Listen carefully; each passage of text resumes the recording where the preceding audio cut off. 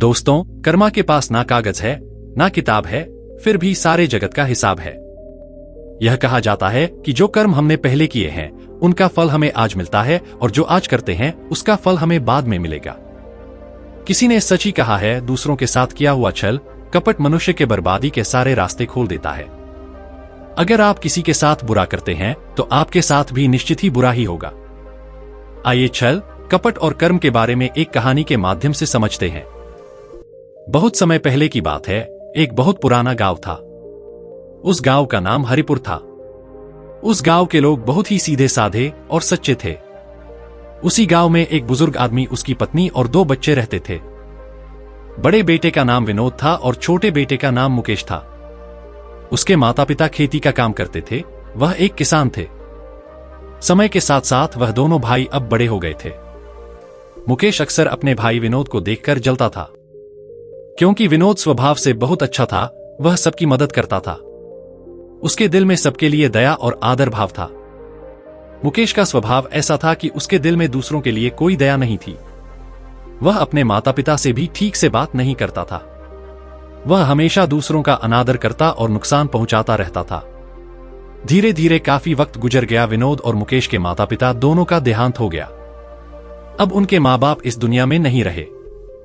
जब माता पिता का देहांत हुआ तो विनोद उस वक्त घर पर नहीं था, वह दूसरे शहर गया था।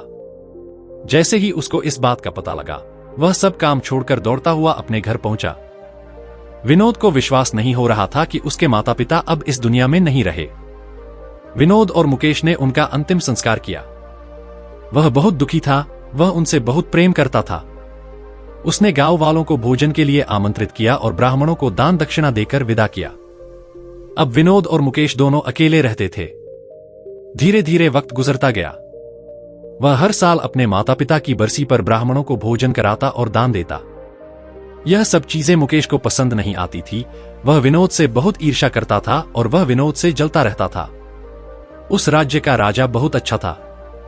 वह राजा सबकी मदद भी किया करता था। इसीलिए एक बार अपने माता पिता की बरसी पर विनोद ने अपने राज्य के राजा को आदर सत्कार के साथ अपने घर बुलाया और राजा के सामने ब्राह्मणों और उसके सगे संबंधियों को खाना खिलाया। ब्राह्मणों को दान भी दिया ताकि उसके माता पिता स्वर्ग में अच्छे से खुश रह सके। मुकेश वहां खड़ा था। राजा भोजन करने के बाद मुकेश के पास गए। मुकेश ने राजा को प्रणाम किया। तभी राजा ने मुकेश से पूछा, तुम्हारा भाई तुम्हारे माता पिता के लिए इतना कुछ करता है, तुम ऐसा क्यों नहीं करते हो? आखिर वह तुम्हारे भी माता पिता थे। क्या तुम्हें यह समझ नहीं आता कि तुम भी अपने माता पिता के लिए कुछ कर सकते हो? मुकेश ने राजा से कुछ नहीं कहा और चुपचाप वहां से चला गया। मुकेश को गुस्सा आ रहा था क्योंकि राजा ने उसकी बेइज्जती की।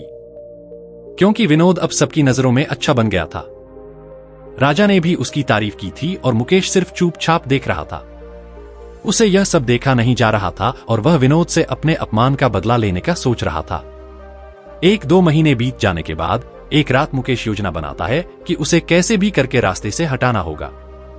अगले दिन मुकेश झूठा ढोंग करना शुरू करता है। वह गांव में सबके सामने जोर जोर से चीखने लगता है और यह दिखावा करता है कि उसके माता पिता के गुजर जाने के बाद वह बहुत अकेला हो गया है। मुकेश सब लोगों से कहता है कि मेरे माँ बाप मेरे सपने में आए थे और वह स्वर्ग में खुश नहीं है।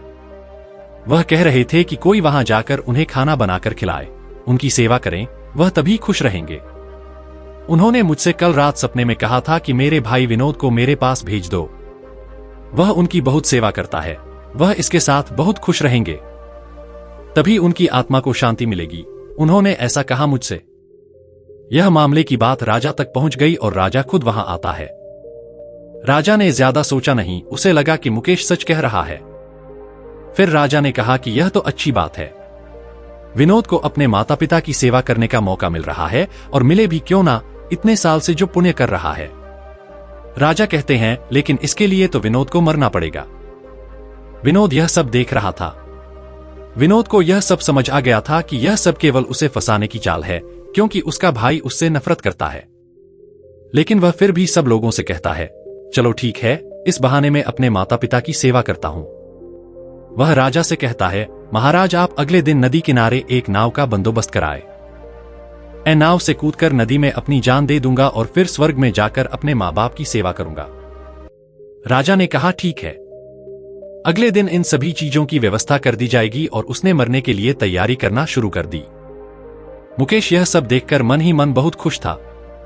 अगले दिन विनोद ने जैसा राजा से कहा था उसके मुताबिक राजा ने नदी के किनारे एक नाव का बंदोबस्त कर दिया। राजा और सारे गांव वाले भी वहां आ गए थे। विनोद आखिरी बार उस गांव और सब लोगों को देखता है, फिर नदी में कूद जाता है और सारे गांव वालों को पता चल जाता है कि विनोद अब इस दुनिया में नहीं है। अब वह स्वर्ग की ओर चला गया है अपने माता पिता की सेवा करने के लिए। मुकेश बहुत खुश था कि उसका इकलौता भाई अब दुनिया में नहीं रहा। जो भी जमीन और वसीयत है अब वह सब मेरा है। मैं ही इस जमीन का अकेला मालिक बनूंगा। धीरे धीरे काफी दिन गुजर गए। एक दिन अचानक से राजा के दरबार के बाहर विनोद बैठा होता है और जोर जोर से रो रहा होता है। राजा के सिपाही ने देखा कि विनोद वहां बैठा रो रहा था। पहले तो सब डर रहे थे उसके पास जाने से। फिर कुछ देर बाद सिपाही पूछते हैं, यह चमत्कार कैसे हुआ? तुम जिंदा कैसे हो? विनोद मौन रहा, वह सिपाही के सामने कुछ भी नहीं बोला। फिर सिपाही उसे दरबार में ले जाते हैं। सिपाही विनोद को लेकर आ रहे होते हैं। राजा उसे जिंदा देखकर बहुत आश्चर्यचकित था और विनोद से पूछते हैं कि विनोद तुम जिंदा कैसे हो? तब विनोद राजा को बताता है, महाराज मैं स्वर्ग में गया था।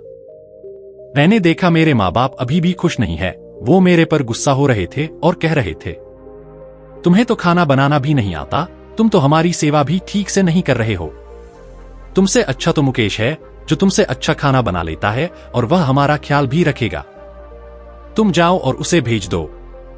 राजा कहता है, अगर ऐसा है तो मुकेश को इसके लिए मरना पड़ेगा। राजा अपने कुछ सैनिकों को भेजता है और वह मुकेश के पास जाते हैं और कहते हैं कि महाराज ने तुम्हें राज दरबार में बुलाया है। मुकेश उन सैनिकों के साथ राज दरबार में आ जाता है। दरबार में पहुंचकर मुकेश ने देखा तो उसका भाई विनोद वहीं मौजूद था। उसे वहां देखकर वह बहुत आश्चर्यचकित हो जाता है। राजा उसे सारी बातें बता देते हैं और कहते हैं, तुम्हारे भाई ने माता पिता के लिए इतना त्याग किया है, अब तुम्हारी बारी है। तुम्हारे माता पिता चाहते हैं कि तुम उनकी अच्छे से सेवा करो। राजा उससे कहते हैं, क्या तुम उनके लिए ऐसा कुछ नहीं कर सकते? मुकेश अगर कुछ बोलता तो उसकी योजना के बारे पता चल जाता। इसीलिए मुकेश को ना चाहते हुए भी यह सब करना पड़ता है। अगले दिन फिर से सारी तैयारी की जाती है। कुछ देर बाद मुकेश घर आ जाता है और सोचता है, मैं वहां जाऊंगा ही नहीं। अगर मैंने ऐसा किया तो वह सच में मुझे मार ही देंगे। आज रात को ही मैं गांव छोड़कर कहीं चला जाऊंगा। दूसरी तरफ विनोद ने राजा को सारा सच बताया। असल में वह जिंदा कैसे बचा था, उसने पहले ही मछुआरे से बात कर ली थी। जब विनोद नदी में कूदा तो थोड़ी ही देर बाद मछुआरे ने उसकी जान बचा ली थी, जिससे उसकी जान बची और वह 1 महीने तक नगर से दूर रहा था और किसी को भी नहीं पता चला कि वह जिंदा है। फिर सही समय पर राज्य में लौट आया। उसने यह सब सिर्फ इसलिए किया क्योंकि वह उसके भाई मुकेश को एक सबक सिखाना चाहता था। इधर मुकेश गांव छोड़कर जाने की योजना बना चुका था। अपने योजना के अनुसार वह रात के अंधेरे में ही घर छोड़कर भाग जाता है। वह घर छोड़कर कुछ दूर गया ही था कि तभी राजा के कुछ सैनिकों की नजर उस पर पड़ती है और वह उसे रोकने का प्रयत्न करते हैं। मुकेश और सैनिकों के बीच हाथापाई और लड़ाई शुरू हो जाती है। मुकेश को सैनिकों ने पकड़ रखा था। मुकेश गुस्से में आकर एक सैनिक के सिर पर एक लकड़ी से मारता है। सिर पर चोट लगने के कारण उस सैनिक की वहीं पर मौत हो जाती है। विनोद ने जो सारी बात राजा को बताई थी वह मुकेश को माफ करने वाले ही थे, लेकिन जैसे ही राजा को यह बात मालूम पड़ती है कि मुकेश गांव से भाग रहा था और उसने एक सैनिक की हत्या कर दी है, यह सारी बातें जब राजा को पता चलती है वह अब मुकेश पर और गुस्सा हो जाते हैं और राजा क्रोध में आकर उसे मृत्युदंड का आदेश दे देते हैं। अगली सुबह उसे नाव से धक्का देकर मारने का आदेश जारी कर दिया जाता है। मुकेश को आखिरी समय पर अपनी गलती का एहसास होता है कि जिंदगी के अंतिम वक्त में भी उसने लोगों का बुरा ही किया। वह रो रहा था, उसे भी अपने जीवन के आखिरी पलों में गलती का एहसास होता है।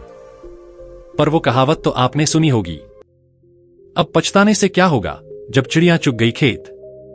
और अब पछतावे के साथ उसे अपनी जान से हाथ धोना पड़ता है। दोस्तों, कर्मों का फल ऐसा ही होता है, जैसी करनी वैसी भरनी। बुरे इंसान को आखिरी वक्त तक सही और गलत की पहचान नहीं होती। दोस्तों, मनुष्य के द्वारा किए जाने वाले सभी कर्म उसके विचारों से बनते हैं। हमारी सकारात्मक या नकारात्मक सोच विचारों को जन्म देती हैं और वही विचार कर्म बनाते हैं। इस तरह सोच सकारात्मक होने पर ही अच्छे कर्मों का निर्माण हो सकता है। अगर हम किसी के साथ बुरा करते हैं तो हमारे साथ भी जरूर बुरा होगा। जब आप दूसरों के लिए अच्छा करते हो तो बदले में हमारे साथ भी अच्छा होता है। यह भी हो सकता है उस वक्त हमारे साथ कुछ बुरा ना भी हो, लेकिन कभी ना कभी इसका हर्जाना हमें भुगतना ही पड़ता है। इसलिए हमें किसी के साथ बुरा करने का कोई अधिकार नहीं है, क्योंकि कर्मों का फल कभी ना कभी मिलता जरूर है। दोस्तों, हम उम्मीद करते हैं कि आपको इस कहानी एवं वीडियो से कुछ अच्छा जरूर सीखने को मिला होगा। अंत में आपसे केवल एक निवेदन है कि वीडियो को लाइक, शेयर जरूर करें और हमारे चैनल जीवन रचना को सब्सक्राइब अवश्य कर लें और कमेंट सेक्शन में अपनी राय देना ना भूलें। धन्यवाद।